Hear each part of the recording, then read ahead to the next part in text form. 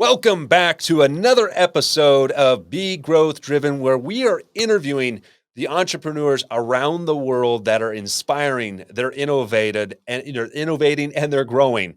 And what we want to always bring is we want to bring individuals that have been through the trenches, they've done it, and hear their stories and share those stories with you. So I have a very special guest with me today, a good friend, Tom Smyth. And he's a distinguished figure in the realms of business and self-development. He's not only a renowned author and TEDx speaker, but he's also a distinguished 10X business coach as well, who's worked alongside Grant Cardone. And throughout his career, he's coached a stellar roster of clients. This guy, just hearing who he knows and who he's connected and who he's worked with, who he's helped, is just amazing. It's Hollywood A-listers, some of the top business minds across the world. So without further ado, I want to welcome my good friend, Tom Smyth. Tom, thank you for joining us today. How's your day going? Let's go, brother. Yes, things are amazing. Even when days are challenging, they're still amazing. So absolutely. Absolutely. Well, I sure appreciate you joining us today. I kind of introduced you a little bit, but I mean, take a moment, maybe introduce yourself and tell us a little bit about who Tom is. Who's Tom Smyth? yeah, and just before I start, the privilege is mine. So thank you for the opportunity. My name is Tom Smyth. I am a mentor, a coach. I'm also a husband, a dad. I'm a granddad. I grew up in Belfast, Northern Ireland, and I was born in 1974. And growing up in our country was quite different to anywhere else in the world because our country was having a civil war. So both sides of our community were killing each other every single day. It was a cycle of violence, better known as the Troubles. Murder, death, bombs going off, terrorist attacks happened every single day or every week. There was a massacre or somebody dead in your community. And, my mom and dad done an amazing job bringing us up as kids, but we also had no money, Joe. We had zero money. Yeah. But one thing we did have in our house was love. And my mom and dad done an amazing job, and I'm very lucky they're still alive.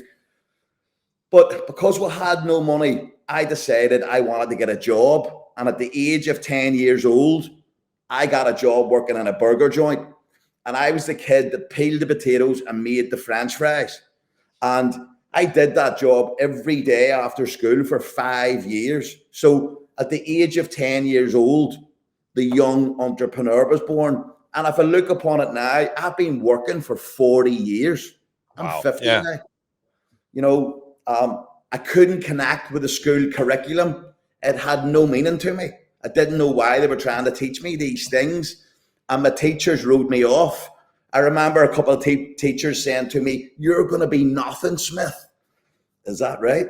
And growing up, one thing I was good with was my hands. I was pretty good on the street looking after myself, but I was also good as a contractor. And at the young age of 17, I started doing contracting work. By the time I was 18, I had a squad of guys. And I got an amazing opportunity at the age of 18 to earn more money than anybody else. Because you have to remember, we had a war going on. So a guy approached me and says, "Would you like to earn 3 or 4 times more than anybody else who's contracting?" And the other thing is, during a war, work is scarce. There's no, the economy's destroyed. You're in a war. So, it might be hard for people to imagine that. So the opportunity came and he says, "We've got a thing for you called danger money. Would you like to earn danger money?" I'm like, "What's danger money?" So he says, "You work for the army and you work for the police, but that means you become a target." And I'm like, "Okay, how much are you going to pay me a day?" So he told me, and I said, "I'm all in." And so we used to work for the army and police. And because we were a target. One of the organizations wanted to kill us. And I remember one time working on a police station roof, and a policeman come running out and says, "Get off the roof." And I'm like, "What's wrong?" And he says, "There's a sniper close by. You guys are all about to get shot off the roof." So we get down, and what did we do next? We had our lunch. We seen the army and the police going into the forest. And I asked the lads, "What do you want to do?" And my foreman who worked for me says, "Well, the guy's obviously away." I want a full day's pay. What do you want to do, Tom? And I said, let's get back up. You see, our abnormal life became normal. And growing up in Northern Ireland and Belfast, it also gave me resilience. Resilience is in my DNA. So as a business person, when you've grew up in that, it gives you a massive added advantage. Right. It gives you, well, I mean, man, you're telling a story. It's like if anybody that's listening says I had a hard life, you know, I think you've topped a lot of people here real quick. Well, It's like, here's the thing, Joel. Unfortunately, I just got goose pimples there. You know, when somebody would have said to you, "Did you hear about Paul Anderson or somebody's name mm, that you went to school with? What happened? He was shot yesterday. What's he like? He's dead. Flip, that's terrible. Do you want a pint of beer or a vodka? You know, because unfortunately, death was so common. yeah, Life became trivial that somebody else had died, although it was horrible. yeah, It really became normal. And the beautiful thing that happened, but in 1994, both of our communities found peace, and my life and everybody else's life in our country changed forever. The death and the terror stopped. People started screaming from the rooftops with happiness, and our country, for the first time in over 30 years, started to find peace and prosperity. Do you think those adversities, those challenges, like, obviously your comment there, like, hey, death became something that was just commonplace. It's still sad, but did that jade you, or do you think that that was something that was good that you came a little bit more numb to, or do you look Definitely back now wasn't, and say, yeah, it yeah, definitely wasn't good, but it had an effect on you. yeah, And it had an effect on me where it definitely made me emotionally tough. And I believe now we live in a world that will have a lot of amazing people, but they're not emotionally tough. right, And like I could say to you right now, I don't like your blazer, and you'd be like, really? Man, you've hurt my feelings. we'll take the But blazer off. I do like your blazer, but there's people that if you said something to, you can hurt their emotions. And Right, that war, that conflict definitely made me super resilient and tough, especially right. emotionally tough. I think that's how it's an important thing of how you start to look at challenges, right? You can look at challenges. I always think of it, there's always two ways you can look at things. You can look at things, even the saddest thing, with excitement because of whatever opportunity it may change. I was listening to something last night. It's talking about when we have the bad day. I think it's on average about over 150,000 people die each day. So when you woke up this morning, you weren't one of them. So Yeah, and, they would and just they would have done just anything to trade places with you. just to relate to that, Joel, and I really get what you said there. Like my best friend Gary died 3 years ago, and Oh, man, I'm sorry.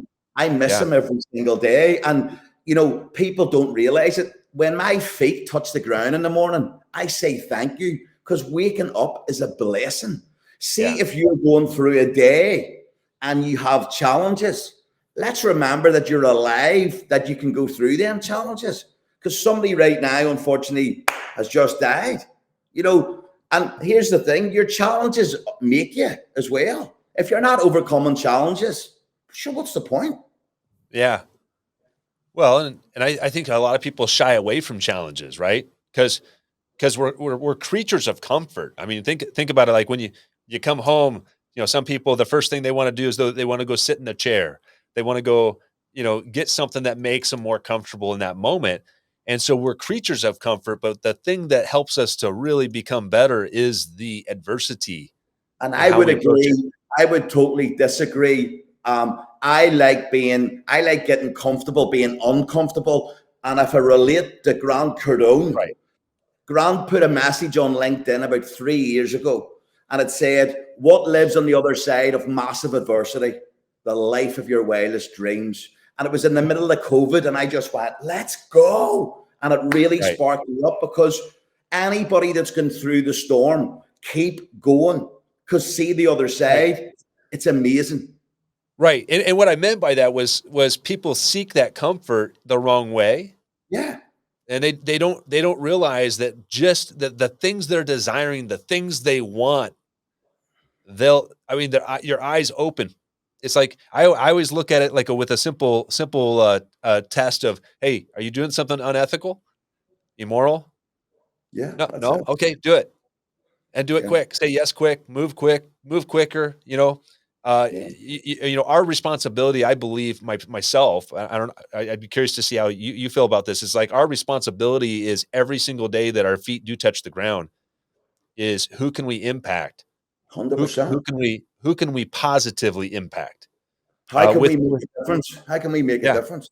and without a selfish gain, because a lot of people will do it with the mindset of a selfish gain for just themselves. Yeah. You know, so who can you do something for that Well, is gonna make a put it in community impact? perspective.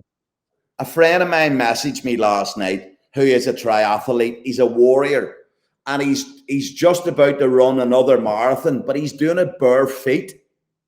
Oh, wow. He's doing it in his bare feet, but he's doing it for two children who have a real bad illness to help try and get them. They're a brother and sister, and they need a special operation. And when he messaged me last night, I instantly donated money to it because I just thought, what have I done today to try and make a difference? And that made me make a difference indirectly in somebody's life who'll never know it was me. But it's our job to help each other. It's our job to help other people. Right, and, you said something right there as far as, like, we need to make the difference sometimes when nobody knows. But that's how you should do it. Yeah. Because No, listen, 100%. we all have social media, and there's things that should be on it and things that there shouldn't. And I'm going to start going on to social media more to raise money for building wells in Africa. But me going on to social media speaking about it is not about me. It's the thought of building a well in Africa that'll change a small village or a town to help those amazing people. Since I started doing it, I've got involved in 3 builds of 3 wells in the last 6 weeks. And Oh, wow. my goal is to do 50 in a year. So anybody that wants to donate, please feel free. But it's our job to help fellow man and fellow woman. It's our job. Right. And You by all means, send us the link there too, so that we'll add the link there. So if people wanna, help with that, that's a great thing because there's a lot of places we take for granted. We can turn on a faucet, there's water Yeah. there. We go People have home, to there's walk for heat. 3 or 4 hours to get fresh drinking water. Yeah. Yep. Like, And I've then had it and in that's their day. That's the majority, a good portion of their day, just getting water, just getting basic food, things like that. 100%. So, we really have it well in many countries. You're over there, we're here in the United States, it's like we have it better off, but, unfortunately, even in, some of those areas, like people don't, and we need to take time, I think, to think about that more. Yeah. A lot of times people just think about that, a certain time of the year, and it needs to be, something that people think about constantly, But you then know? just to touch on it, Joel, there's times that I'm really in the hustle, going after deals and Yeah, pushing. Then I can feel the frustration. And sometimes I step back and just go, hold on a minute. How grateful am I for the life that I have, for the wife that I have, for the kids, for my staff, for my granddaughter, for my current situation? Is the life somebody would dream for? So instantly, I have to take a step back and be grateful for being in the moment and having what I do have instead of right, the resentment towards the deal that I haven't got yet. And you have to right. have a reality check and do a reset and go, I am living an amazing life. So, and I have to, really check myself sometimes and realize that. Yeah, no, well, and I think the reflection time is a critical thing, um, because you do need to make sure you need to take a moment to appreciate what you have accomplished. There's nothing wrong with that.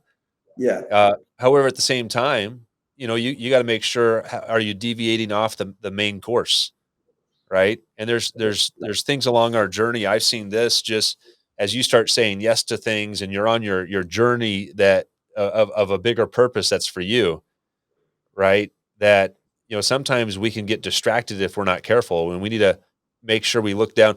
I always think of it this way.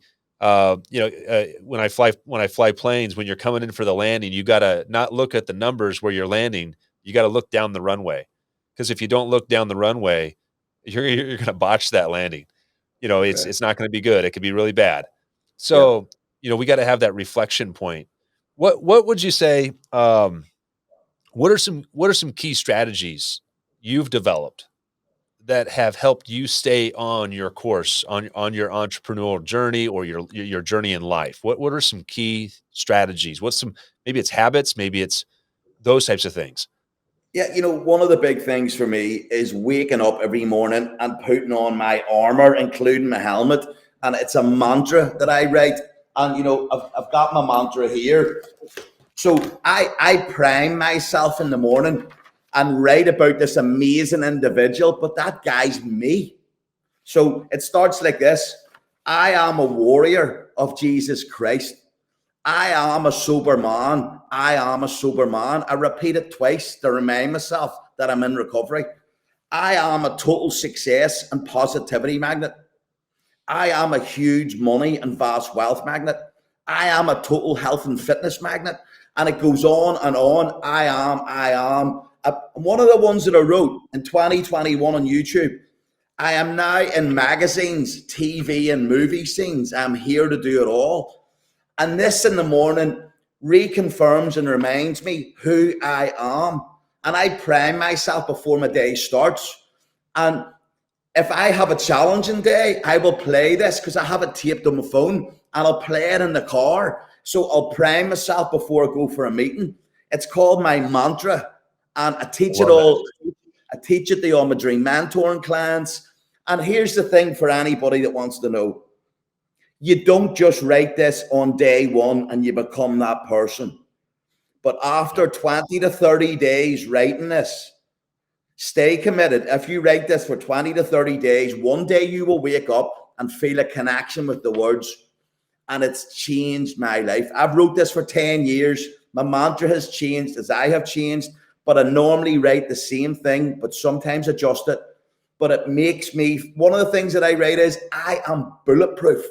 And I believe in bulletproof. I think what it does, it helps you find. There was a book I love the statement from, a book called Beyond Positive Thinking.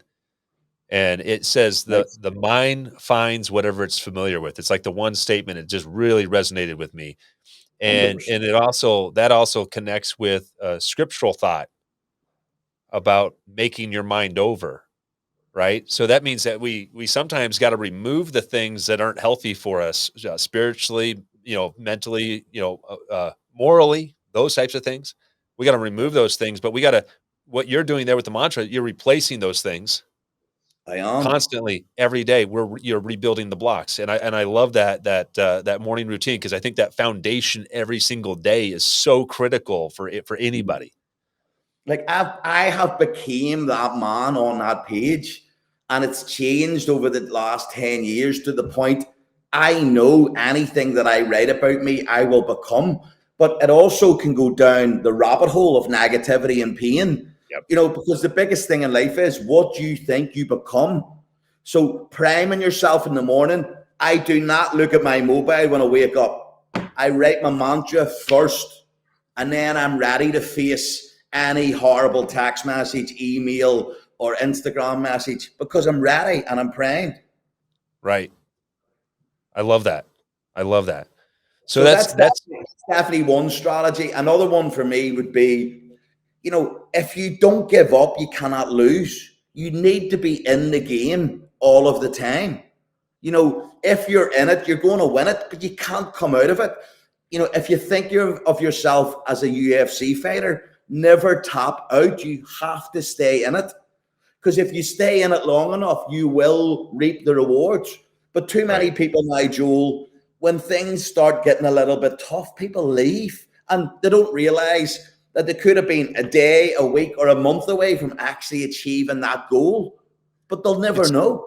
right. It's usually like right when you want to give up, it's just on the other side, Of you know. course. And I remember one other thing that I read somewhere. It was talking about like runners, like when somebody, you were talking about a friend earlier running the race, right? It's like that moment your body wants to give up, you've only exhausted about 40% of your energy.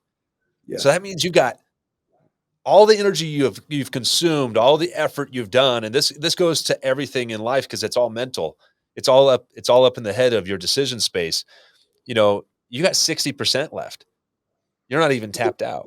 Just to touch on that, I purposely put myself through really challenging cardio sessions. So during COVID, Molly McCann from UFC, I was coaching her. I was her mindset coach for 2 years.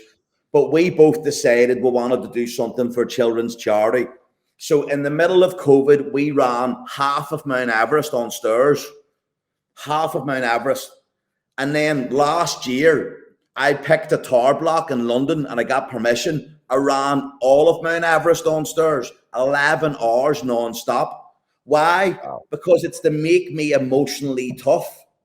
That's why I do things like that. So if I do get involved in a business deal, when you've got that level of emotional toughness, I'm never going to leave a deal until I've got my yes, because I don't know how to give up.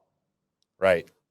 I think, and that's an important lesson. I think a lot of people can take away from this right here is that decision to give up is nobody else's but yours. Well, do you It know is something? My success, nobody makes you give up. and think about me and you were both at Grant Carone's GrowthCon. Remember the Yeah. statement, success is our duty. Yep. Success is our duty, not giving up. Success is my duty to my wife, my kids, my granddaughter, my future grandkids, the legacy that I will leave. I don't know how to give up.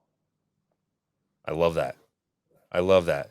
And I mean, and this is why we of course on BGD we want to bring on individuals like yourself because this type of mindset, and I appreciate you sharing the foundational story. It's like you could have easily said, "Hey, with what I've grown up with, I'm going to take it easy." Now that things have calmed down, now that things have, a lot of people did that during COVID, for example. They kind of faded off to the side. Um, but really, that resilience, and what that opens up in a life is just remarkable. I'm going to tell you something very personal that I've never told anybody before on a podcast, or maybe openly ever. I remember at my first stages of recovery, I didn't want to continue with recovery. I didn't want to go to AA anymore. I wanted to give up. I started feeling sorry for myself. Now I'm 10 years in recovery. My wife says to me, the man that I'm married to, if he broke his leg, would snap a bit of wood off and tape it to his leg and keep running. Please remember, Tom, you're a man that never gives up. And she inspired me to stay on the road to recovery. Then staying on that road to recovery has saved my life through AA and Jesus Christ. So it's everything in life. Giving up isn't an option. None of us should give up. I love that. I love that. What would you say is in the last few years? What would you say has been a major setback, and how'd you overcome it? So, what an amazing question, and very suited to my business. So COVID came. I own a hotel business, 550 apartments across the UK. We lost £6 million, about $11,000 inside 2 weeks. Our booking chart just stopped. The company, global booking.com, forced hotels to give refunds. So there was a lot of companies that just went bankrupt overnight. We were really lucky that we were sitting very strong financially. What did I do when COVID hit officially? I did nothing for 2 weeks. I didn't react. I didn't respond. I just got my thoughts together and thought, I'm going to fight back. It's my duty to be successful. I've got a wife and kids, and I've got hundreds of staff who I am entitled to make sure I save their jobs. One of the things Boris Johnson did right, our Prime Minister, was he allowed construction to continue. So my sales team started making 5,000 sales calls a week instead of 1,000 sales calls. Most of those calls were to an empty phone because people have been furloughed or were sick. But the Right. calls that we started getting construction workers. We started getting all the Amazon expansion. We started looking after amazing doctors and nurses that were taking their lives and putting it at risk to save all of us. We give some nurses free accommodation that couldn't afford to stay in apartments away from their family. And we took massive action in the middle of a global pandemic. We stopped surviving and started thriving. And then a year into COVID, I did what some people call the unthinkable. I doubled the size of my business, more than doubled. I went from 250 to 550 apartments because I wasn't going to look back 2 years after the global pandemic on everything that I could have done. I just done it. I wrote a book called Fearless, an antidote to self-doubt. I wrote a mentoring course, which has became a global success. And I didn't miss a beat the whole 2 years of COVID. Right. It sounds like your calendar was pretty full the whole time.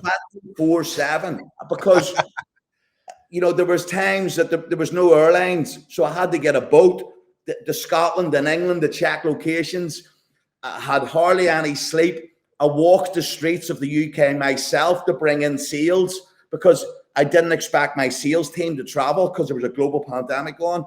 But it was my duty to save my business. I didn't want a furlough. I didn't want to take money from the government. I wanted to save my company. And here's the thing, hard work works. Taking massive action works. And I defeated, well, I call it the plandemic because I don't believe it, but I defeated it. I love that. Now you mentioned your book, Fearless, right? And you, what are the main components of the formula that you bring out in your book, Fearless? And for everybody listening, we'll put a link down here at the bottom too for that book. So, anybody listening, I'm going to give everybody a complimentary download of the audio book because it's my job to help somebody else. So I don't want paid for it. It's a gift from me. Well, the book is all about, it's an antidote to self-doubt. It's like a street version of The Secret. I've sold thousands and thousands of copies. It's about me growing up in Belfast and my resilience, but it's also to get into people's heads to let them know if you can control your belief and your thinking, you can overcome anything. There's amazing stories of overcoming adversity. Like I called a friend once and I couldn't get him on the phone. This is a little bit that I touch on in the book. I couldn't get my friend on the phone he's a community leader from one side of the streets in Belfast. And I said to his wife, where is he? She says, I can't tell you. 2 weeks later, he called me. He says to me, come to the house. So I said, where have you been? I've been worried. And he says, I've been in Afghanistan. And I'm like, what? He says, do you know the guy that used to be my enemy?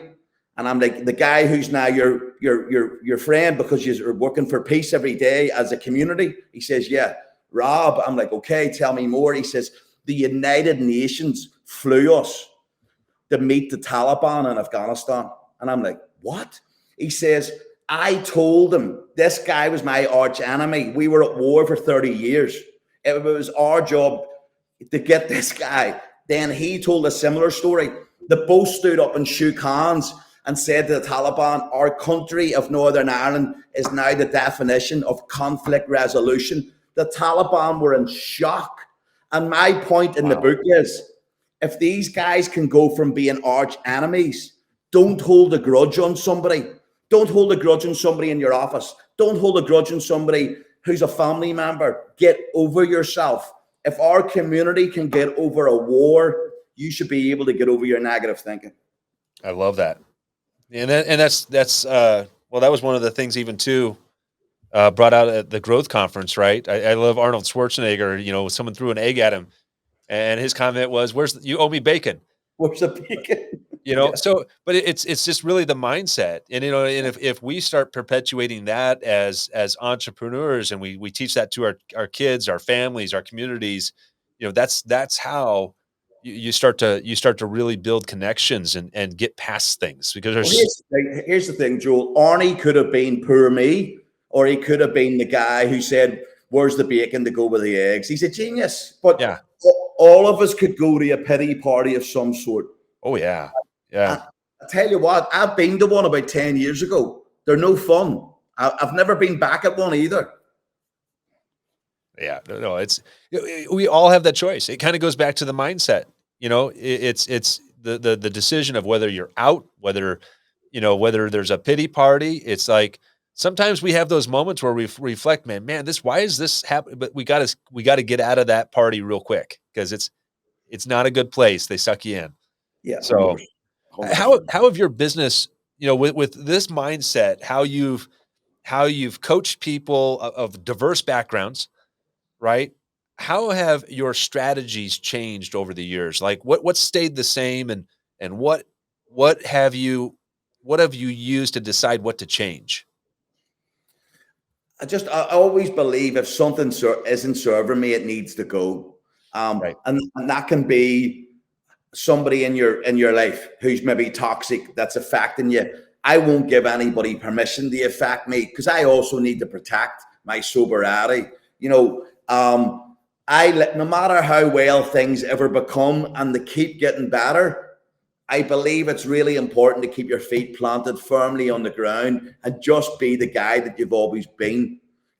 I've seen so many people change, and then I meet people like Grant Cardone, a billionaire who's one of the most funniest professional people, who is still an amazing normal guy. And I would like to think of myself as a normal guy who just knows the laws of the universe and how to be successful. And I keep applying that. And now I'm on a journey on my dream mentoring program because I know the systems of how it works. I have the luxury to be able to coach amazing people and help change their lives. It's the most rewarding thing. Right. It's the most rewarding thing. I love that. What has been some of the things, if we looked back at the Tom 5 years ago, what would you say would be the biggest differences of the Tom today? I had a spiritual awakening 2 years ago, and like I'm sitting here now, and the Bible's beside me, and my whole outlook on life now is completely different. I want to be hugely successful. I want to have so much money, I don't know what to do with it, because then I can make a change in other people's lives on a huge scale. I've got the Lamborghinis and the gorgeous houses, and I fly in the private jets.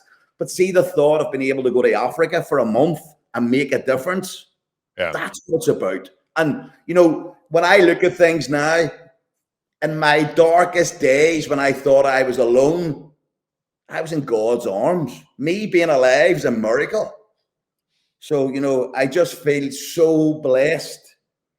I just can't get over the relationship. The relationship I have with God just keeps getting stronger. And I've never felt anything quite like it in my life. Right. One of my favorite scriptures is Jeremiah 29:11. That the thoughts of peace. And basically the context there is thoughts of peace and not of calamity. Right. So there's that desire for each and every single one of us. Some people listening may have some different beliefs and those types of things. However, the thought there is really powerful. Just knowing that there's a positive future there for everybody. It's really listening to Denzel Washington. I would never pray lying in my bed. I always get on my knees and thank God for the day that I've had, and hopefully waking up the next day. And one of the things that I ask God for is, please help me be an inspiration and motivation to 1 billion people. And the more I keep doing this on my socials and stuff, it's going to happen. right. It's about sometimes maybe doing a post or doing something and you don't realize the effect it has on somebody, because that's why I put material out. Even if it affects one person, my job's done. Why the 1 billion target? A lot of people, because this goes to goals, right? This goes to goals. A lot of people are like, why a million when I can do a billion? yeah, right. But a lot of people go for, well, Tom, that's unrealistic. They may think, right? So why a 1 billion goal? Why, you get what I'm saying? Like, that's an important mindset thing. I think that you set the targets that are just, you don't even know how to get there. Well, I'm very lucky to I'm friends with a guy called Joel M. He's a young magician from the UK, but he's massive in the market in America. All the kids and stuff love him, but he also does huge corporate events and things like that.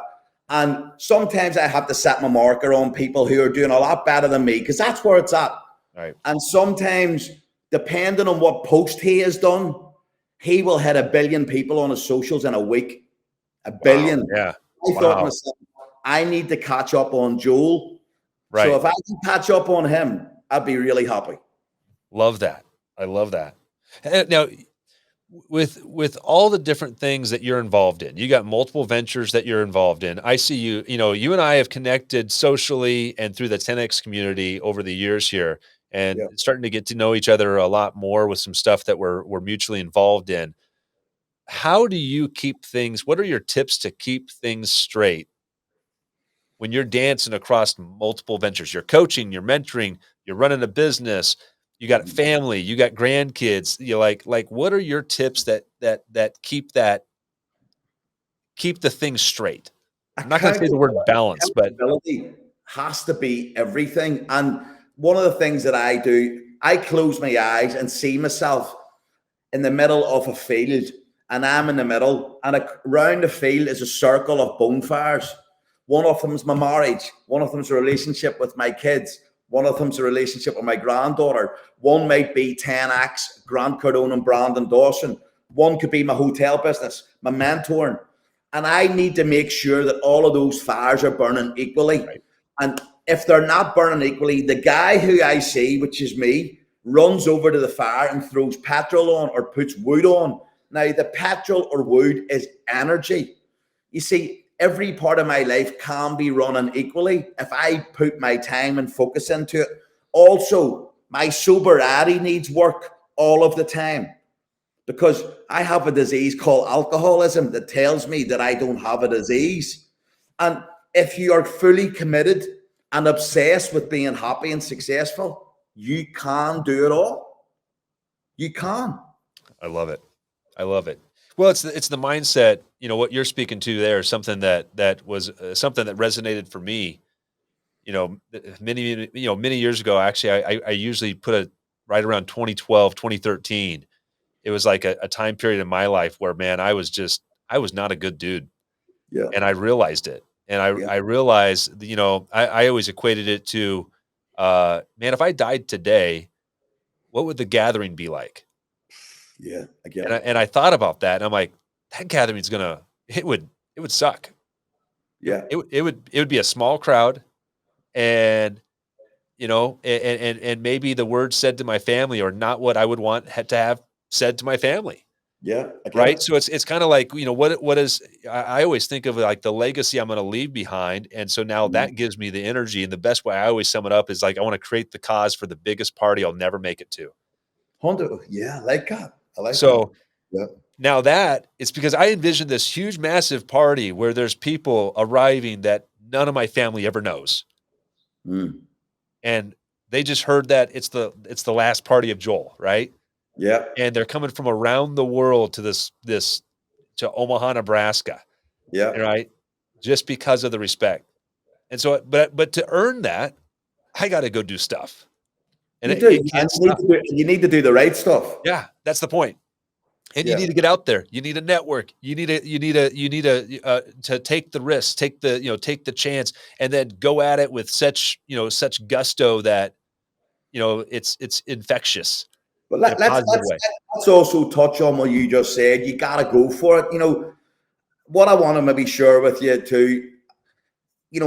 I come up with an idea in my head 4 years ago that I wanted to be a friend of Grant Cardone, and I wanted to do an event with Grant Cardone. And right. I remember my friend says to me, an American billionaire, how are you going to do this? Plus, COVID had only started like a week.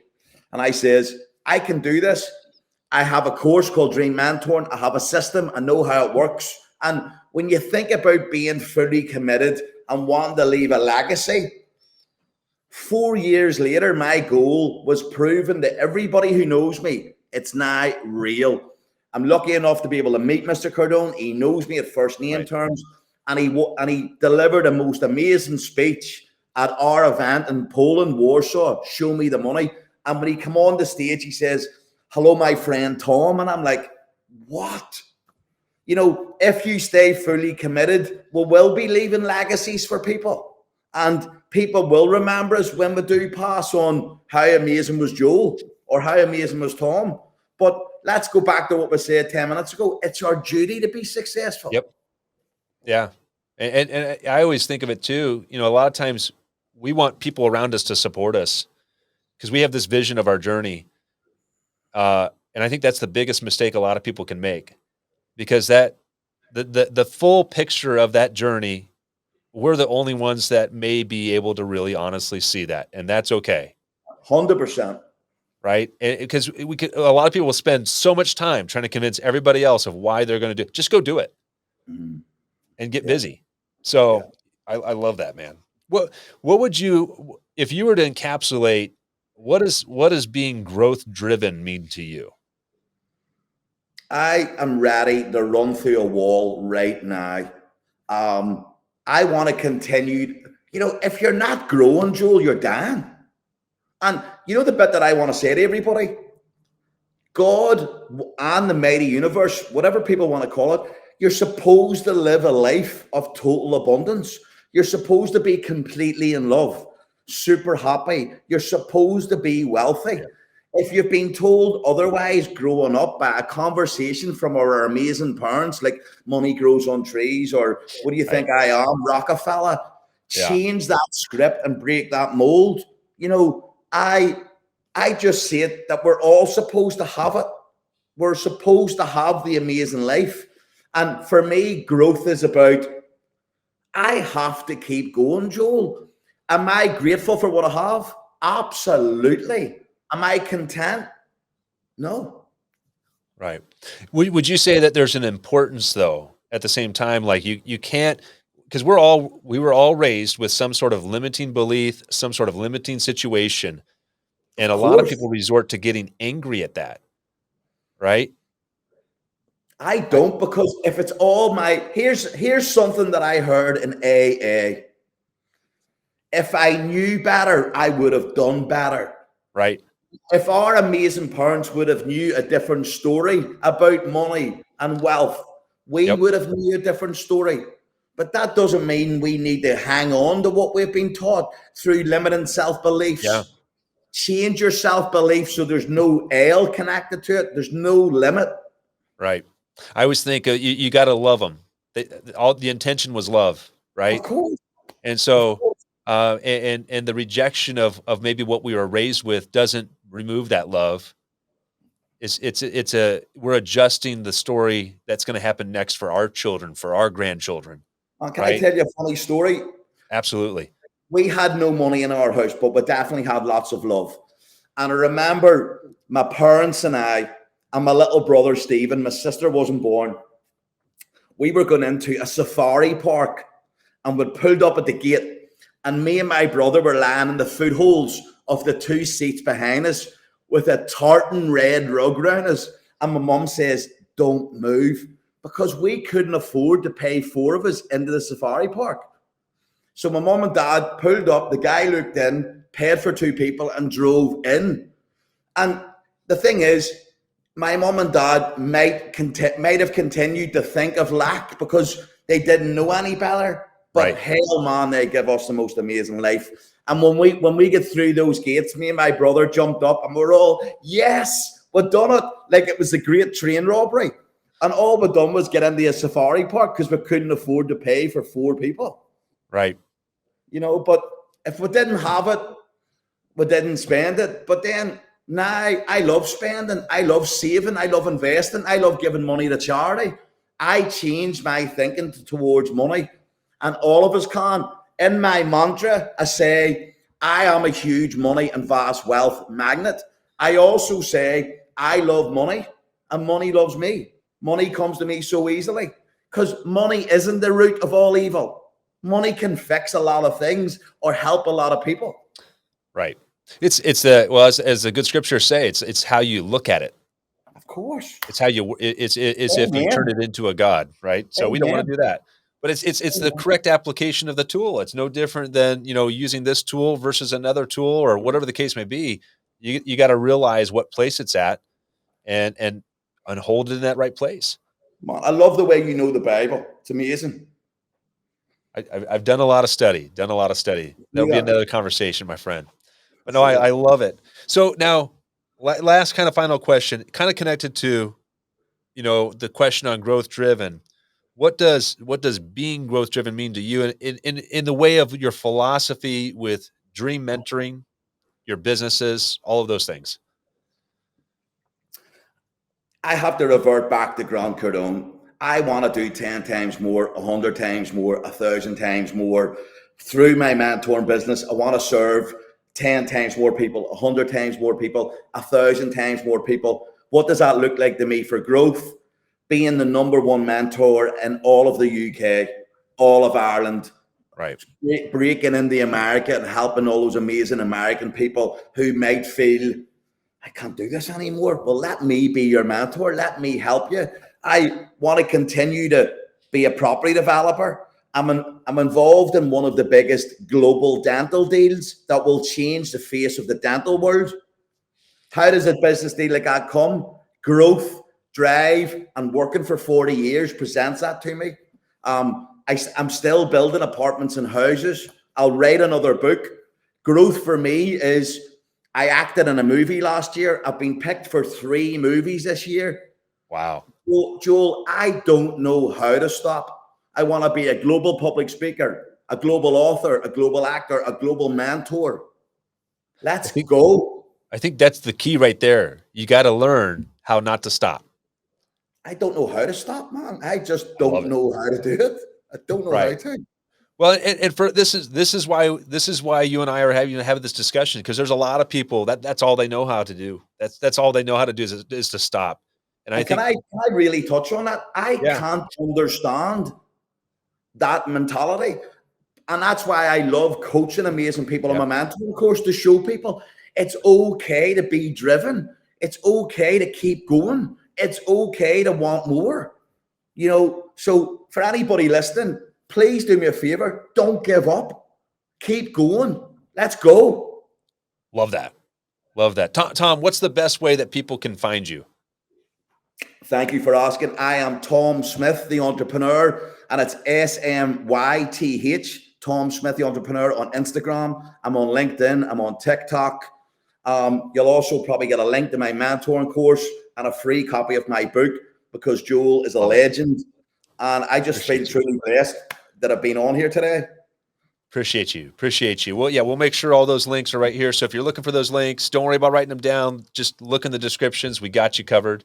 And Tom, man, I appreciate you. I look forward to the things we're working mutually on, and Yeah, staying connected and staying working together.